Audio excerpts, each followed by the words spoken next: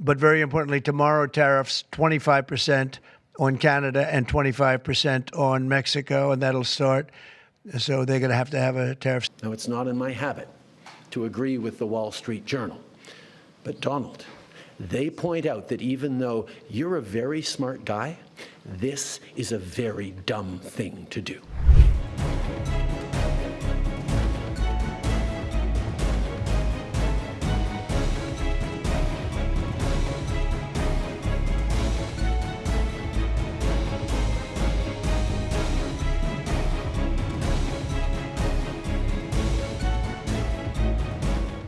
The tariffs, as you know, will start a week earlier than the reciprocal, which is going to be on a couple of weeks earlier. Reciprocal tariffs start on April 2nd.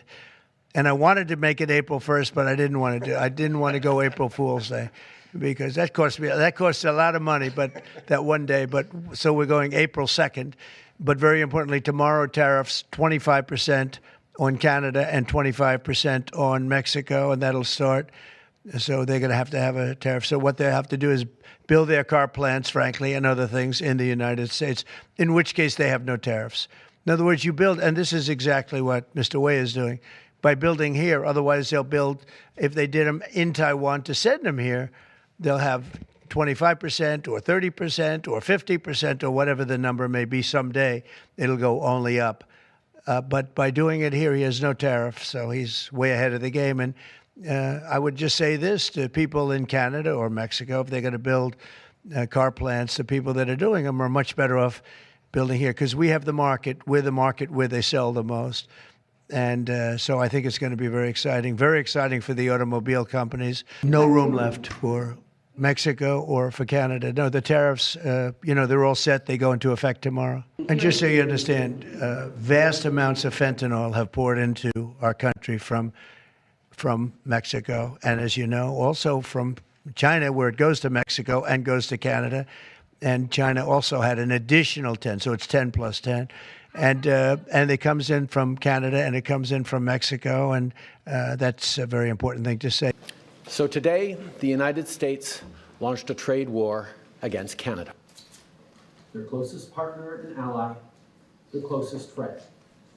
At the same time, they're talking about working positively with Russia, appeasing Vladimir Putin, a lying, murderous dictator. Make that make sense.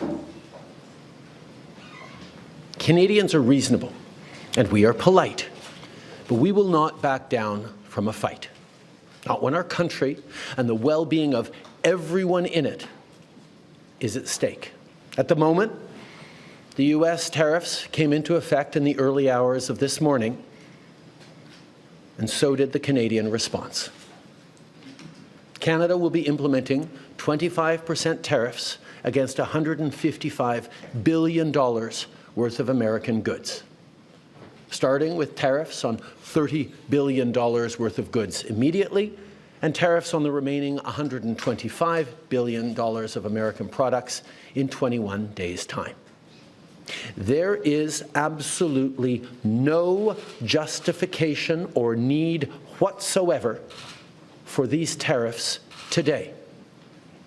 Now, the legal pretext your government is using to bring in these tariffs is that Canada is apparently unwilling to help in the fight against illegal fentanyl. Well, that is totally false. Let's look at the facts. Our border is already safe and secure. Far less than 1% of fentanyl flows and less than 1% of illegal crossings into the United States comes from Canada. But we acted because we know we can always do better. We responded to concerns, including from the President, by implementing an ambitious $1.3 billion border plan.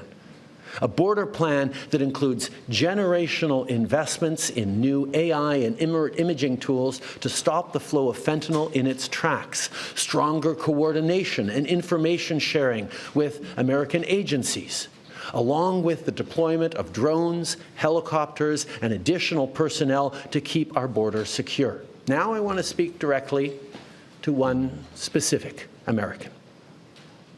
Donald, in the over 8 years you and I have worked together, we've done big things. We signed a historic deal that has created record jobs and growth in both of our countries. We've done big things together on the world stage, as Canada and the US have done together for decades, for generations. And now we should be working together to ensure even greater prosperity for North Americans in a very uncertain and challenging world. Now, it's not in my habit to agree with the Wall Street Journal, but Donald, they point out that even though you're a very smart guy, this is a very dumb thing to do. We two friends fighting is exactly what our opponents around the world want to see.